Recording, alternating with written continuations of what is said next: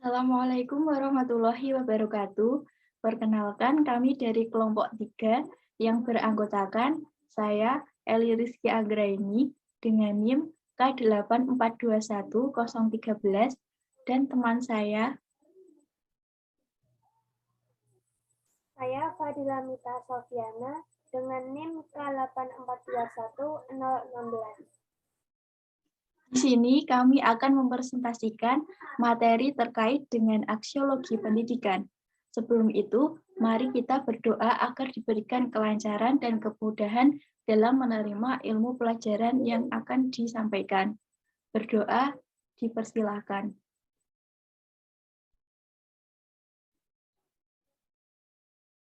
Selesai.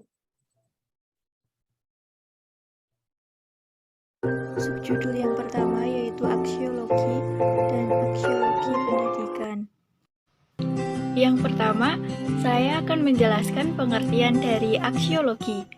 Sebelumnya, apa sih yang dimaksud dengan aksiologi itu? Secara etimologi, aksiologi berasal dari bahasa Yunani kuno yaitu aksios yang berarti nilai dan logos yang berarti ilmu. Jadi, aksiologi merupakan cabang ilmu filsafat yang mempelajari tentang nilai. Aksiologi merupakan bagian dari ilmu filsafat yang menaruh perhatian tentang baik dan buruk dan juga benar dan salah. Dapat disimpulkan bahwa permasalahan utama dalam aksiologi adalah mengenai nilai. Nilai yang dimaksud adalah sesuatu yang dimiliki manusia untuk melakukan berbagai pertimbangan tentang apa yang dinilai. Teori tentang nilai dalam filsafat ini mengacu pada permasalahan etika dan estetika. Yang selanjutnya, saya akan menjelaskan pengertian dari aksiologi dalam pendidikan. Aksiologi dalam pendidikan atau disebut aksiologi pendidikan adalah salah satu cabang ilmu filsafat yang mempelajari tentang nilai-nilai atau norma-norma terhadap suatu ilmu. Pada intinya, aksiologi pendidikan mencoba merumuskan suatu teori yang konsisten untuk perilaku etis yang menyangkut nilai dan norma terhadap suatu ilmu. Aksiologi pendidikan membahas tentang manfaat yang didapatkan dari ilmu pengetahuan itu sendiri. Apakah ilmu pengetahuan tersebut dapat memberikan manfaat atau malah sebaliknya? Selanjutnya, pada bagian ini saya akan menjelaskan macam-macam jenis aksiologi. Menurut Bramel, terdapat 3 macam jenis aksiologi, yaitu yang pertama, moral conduct atau tindakan moral, yang kedua, aesthetic expression atau tindakan keindahan, dan yang ketiga adalah socio-political life atau kehidupan sosial politik. Yang pertama, moral conduct atau tindakan moral. Bidang ini melahirkan disiplin ilmu khusus, yaitu ilmu etika atau nilai etika. Etika menilai perbuatan manusia, maka lebih tepat kalau dikatakan bahwa objek formal etika adalah norma-norma kesusilaan manusia. Dan dapat dikatakan pula bahwa etika mempelajari tingkah laku manusia ditinjau dari segi baik dan tidak baik di dalam suatu kondisi yang normatif, yaitu suatu kondisi yang melibatkan tentang norma-norma. Yang kedua, aesthetic expression atau ekspresi keindahan. Bidang ini melahirkan konsep teori keindahan atau nilai estetika. Estetika berkaitan dengan nilai tentang pengalaman keindahan yang dimiliki oleh manusia terhadap lingkungan dan fenomena di sekelilingnya. Yang ketiga adalah socio-political life atau kehidupan sosial politik.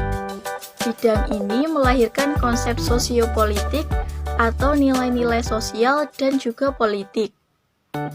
Kehidupan sosial politik merupakan sesuatu yang melahirkan filsafat sosial dengan kajian pokoknya adalah manusia. Manusia sebagai makhluk sosial saling berinteraksi dengan orang lain.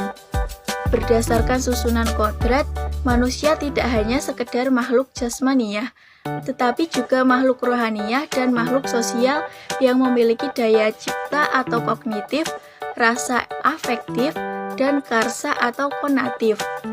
Oleh karena itu, manusia diharapkan bukan sekedar sebagai objek yang terkena hukum alam, melainkan diharapkan berfungsi sebagai subjek yang menyadari dan menghendaki apa yang dilakukannya, sehingga manusia dapat mengambil keputusan untuk bertindak sesuai dengan kehendak pribadi dirinya. Judul yang kedua yaitu karakteristik nilai dalam aksiologi.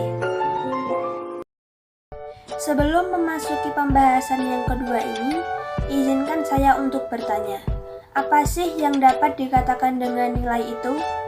Nilai sendiri adalah sebuah pemaknaan terhadap sesuatu mengenai baik dan buruknya sesuatu yang diamati oleh manusia.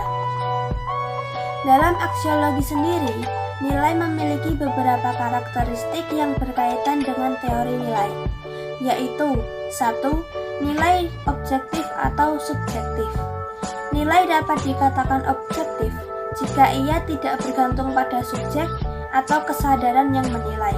Sebaliknya, nilai dapat dikatakan subjektif jika eksistensinya, maknanya, dan validitasnya tergantung pada reaksi subjek yang melakukan penilaian tanpa mempertimbangkan apakah ini bersifat psikis atau fisik.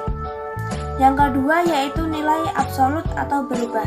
Suatu nilai dapat dikatakan absolut atau abadi apabila nilai yang berlaku sekarang sudah berlaku sejak masa lampau dan akan berlaku sepanjang masa, serta bahkan berlaku bagi siapapun tanpa memperhatikan ras maupun kelas sosial.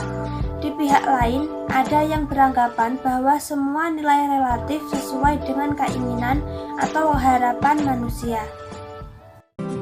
Teori nilai dalam aksiologi ini mengacu pada beberapa permasalahan, yaitu etika dan estetika. Selanjutnya yang akan kita bahas yaitu etika dan estetika. Yang pertama yaitu etika. Etika sendiri dapat disebut juga filsafat moral. Etika berasal dari bahasa Yunani yaitu ethnos yang berarti adat kebiasaan. Etika merupakan filsafat yang mempelajari tentang perilaku manusia. Objek material etika adalah tingkah laku atau perbuatan manusia. Sedangkan objek formal etika adalah kebaikan atau keburukan, bermoral atau tidak bermoral. Ada 5 teori yang membahas nilai-nilai dalam etika, yaitu 1. Idealisme etis. Berarti meyakini adanya skala nilai-nilai, asas-asas moral, atau aturan-aturan untuk bertindak. Yang kedua yaitu deontologisme etis. Menyatakan bahwa baik buruknya sesuatu perilaku dinilai dari sudut tindakan itu sendiri dan bukan akibatnya. Yang ketiga yaitu etika teologis, yaitu suatu perilaku baik jika buah dari perilaku itu lebih banyak untung daripada ruginya, di mana untung dan rugi ini dilihat dari indikator kepentingan manusia. Yang keempat yaitu hedonisme, yaitu mengajurkan manusia untuk mencapai kebahagiaan dan disadarkan pada kenikmatan dan kesenangan. Yang terakhir yaitu utilitarisme, yaitu pandangan yang menyatakan bahwa tindakan yang baik adalah tindakan yang menimbulkan kenikmatan atau kebahagiaan yang sebesar-besarnya bagi manusia dan yang sebanyak-banyaknya. Berikut ini adalah contoh etika yang seharusnya dapat kita terapkan di kehidupan sehari-hari, seperti bersalaman dengan guru dan mendengarkan materi yang disampaikan oleh guru. Yang kedua yaitu estetika. Estetika sendiri berasal dari bahasa Yunani yaitu estetika atau estesis yang berarti keindahan. Estetika adalah ilmu yang membahas keindahan, bagaimana ia bisa terbentuk, dan bagaimana seseorang bisa merasakannya. Estetika memiliki dua bidang garapan, yaitu estetika filsafati dan estetika ilmiah. Estetika filsafati sendiri disebut juga filsafat keindahan, filsafat cita rasa, filsafat seni, dan filsafat kritik. Sedangkan estetika ilmiah sendiri adalah dalam hal ini banyak membahas hakikat, akar dari ilmu seni, hasil perenungan bukan eksperimen, dan pengalaman-pengalaman lahiriah. Filsafat ilmiah ini cenderung mengacu pada ilmu pengetahuan mengenai kesenian, keindahan, ataupun estetika. Berikut ini adalah contoh dari estetika yang berupa lukisan dan hasil karya kerajinan.